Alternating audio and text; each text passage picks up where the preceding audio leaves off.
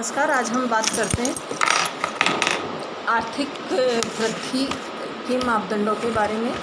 आर्थिक वृद्धि के मापदंड अलग अलग समय पर अलग अलग अर्थशास्त्रियों द्वारा अलग अलग माने गए। जैसे वाणिज्यवादियों की बात हम करें तो वो सोना चांदी के कोष में वृद्धि को ही आर्थिक वृद्धि मानते थे। एडम स्मिथ उत्पादन में वृद्धि को आर्थिक वृद्धि मानते थे। इसी तरह से कार्ल मार्क्स सहकारिता में वृद्धि को आर्थिक वृद्धि मानते थे। लेकिन आधुनिक अर्थशास्त्री केवल किसी एक कारक को आर्थिक वृद्धि का कारक नहीं मानते, बल्कि इसके अंदर कई सारी चीज़ें वो इंक्लूड करते हैं। इसमें सबसे पहला है राष्ट्रीय आय में वृद्धि। बहुत से विद्वान राष्ट्रीय आय में दीर्घकालीन वृद्धि को आर्थिक विकास का आधार मानते हैं, लेकिन ये आधार अपने आप में अपूर्ण और भ्रमात्मक हो सकता है, क्योंकि अगर जनसंख्या की वृद्धि दर विकास दर से अधिक हो या राष्ट्रीय आय की गणना में आधार मूल्यों और वर्तमान प्रचलित मूल्यों में अंतर हो तो सही निष्कर्ष नहीं निकाला जा सकता। जैसे जनसंख्या 5% की वृद्धि हो और राष्ट्रीय आय में केवल 3% की वृद्धि हो तो ये आर्थिक विकास नहीं होकर आर्थिक विमंदन का परिचायक है।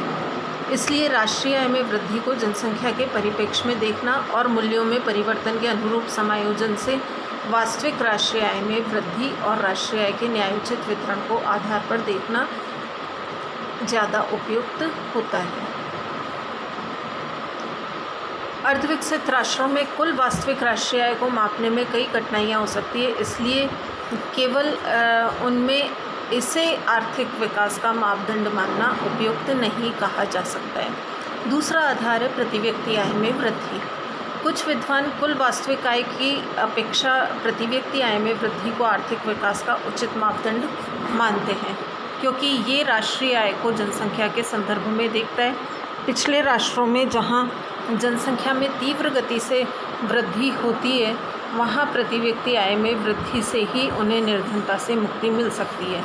प्रति व्यक्ति आय में वृद्धि आर्थिक विकास का सूचक है, जबकि प्रति व्यक्ति आय में कमी आर्थिक विकास का पतन है। लेकिन ये आधार भी अपूर्ण और एकपक्षीय है, क्योंकि ये केवल आर्थिक पहलू पर ध्यान देता है। दूसरी बात यह है कि ये राष्ट्रीय आय के न्यायोचित वितरण व्यवस्था पर ध्यान नहीं देता है। तीसरा ये है कि राष्ट्रीय आय के आंकड़े अगर विश्वसनीय नहीं हैं तो प्रति व्यक्ति आय के आंकड़े भी की जो गणना की जा रही है वो भी त्रुटिपूर्ण होगी।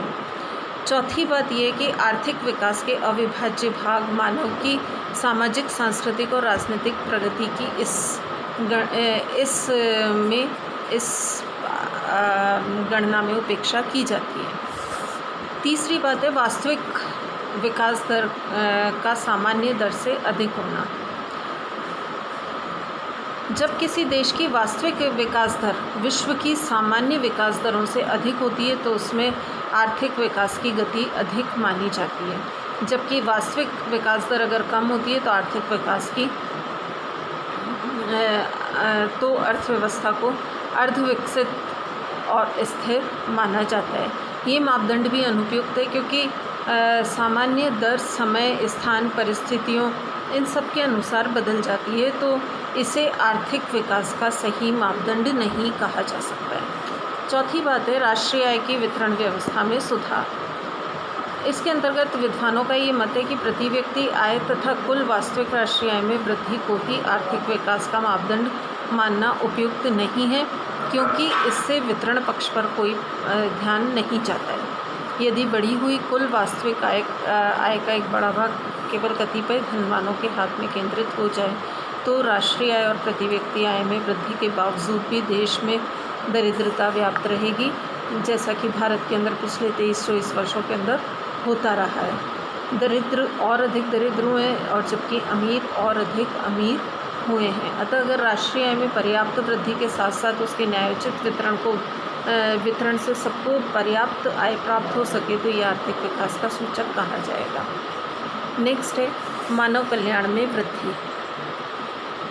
यद्यपि आर्थिक विकास को मापने के लिए मानव कल्याण में वृद्धि का दृष्टिकोण अपनाना सैद्धांतिक दृष्टि से उपयुक्त है, क्योंकि आर्थिक विकास का लक्ष्य अंततः मानव कल्याण में वृद्धि करना ही होता है।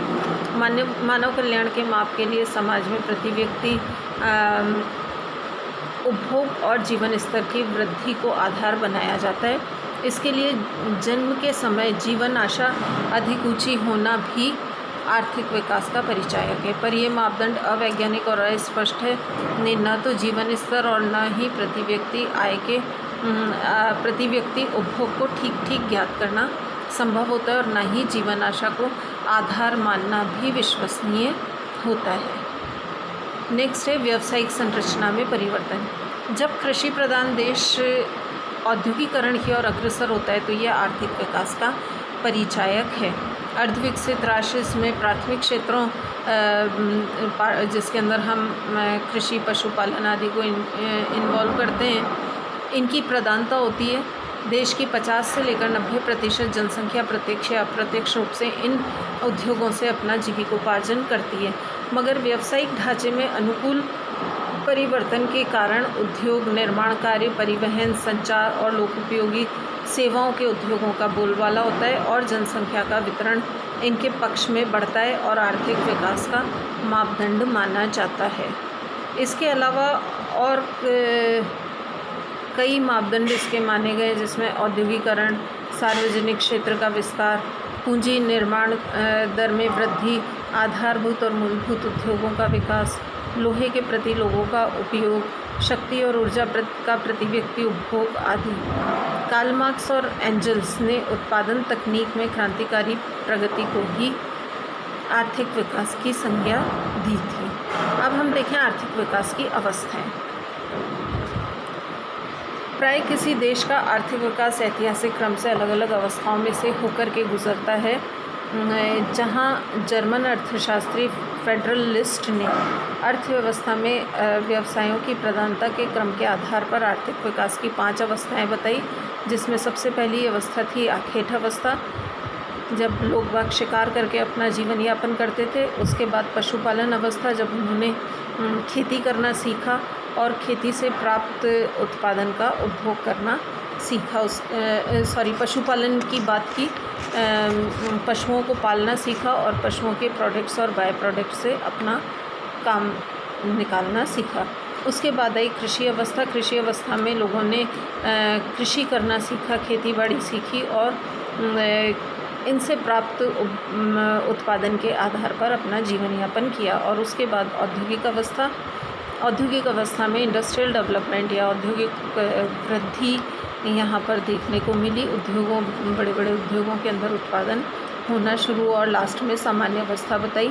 जबकि कार्ल मार्क्स ने 3 अवस्थाएं बताई, जिसमें सबसे पहला था सामंतवाद, फिर पूंजीवाद और फिर समाजवाद।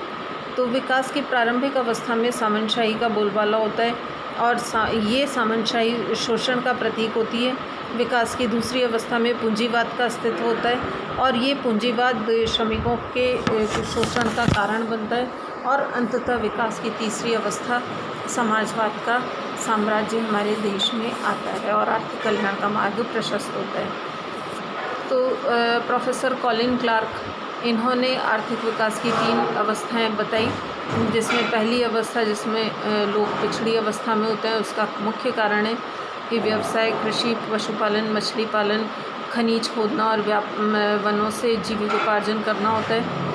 जनसंख्या का बहुत बड़ा भाग इस पर आश्रित होता है। दूसरी अवस्था इन्होंने द्वितीयक अवस्था बताई, जिसमें निर्माणकारी उद्योग, खनिज उद्योगों आदि का पर्याप्त विकास होता है। अर्थव्यवस्था में पर्याप्त औद्योगिकरण के कारण उद्योग और प्राथमिक उद्योगों में नियोजित जनसंख्या कम होती है और देश की अधिकांश जनसंख्या उद्योगों से जीविकोपार्जन करती है।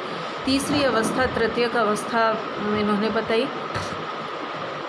ये आर्थिक विकास की वह अंतिम अवस्था है जबकि देश का पर्याप्त विकास हो जाने से सेवा क्षेत्र में परिवहन, संचार, बैंकिंग और लोकोपयोगी सेवाएं उपलब्ध होती हैं। प्रोफेसर रोस्टोव ने अपने अध्ययन में आर्थिक विकास की 5 अवस्थाओं का वर्णन किया, जिसमें सबसे पहली है परंपरागत समाज की अवस्था। ये आर्थिक विकास की वो प्रारंभिक अवस्था है जिसमें रूढ़िवादी समाज सीमित प्राथमिक उद्योग, कृषि, पशुपालन, मछली पालन और वनों आदि में परंपरागत उत्पादन पद्धतियों से कार्य होते हैं। आविष्कार और नवीन विधियों का प्रयास व पहल का अभाव यहाँ होता है। उत्पादकता का नीचा स्तर होता है। आय उपभोग बचतों का स्तर भी बहुत नीचे होता है। बढ़ती जनसंख्या प्राथमिक उद्योगों से अपना जीविकोपार्जन करती है। उद्योग, व्यापार और सेवाओं का नितांत अभाव होता है। यत्र तत्र कुछ विकास के अतिरिक्त संपूर्ण अर्थव्यवस्था दुर्लभ और अविकसित अवस्था में होती है और लोग बहुत दरिद्र होते हैं और उनका जीवन स्तर बहुत नीचे होता है। ऐसे समाज में भूस्वामी राजनीतिक और आर्थिक सत्ता हथिया लेते हैं। बाकी का कल देखेंगे।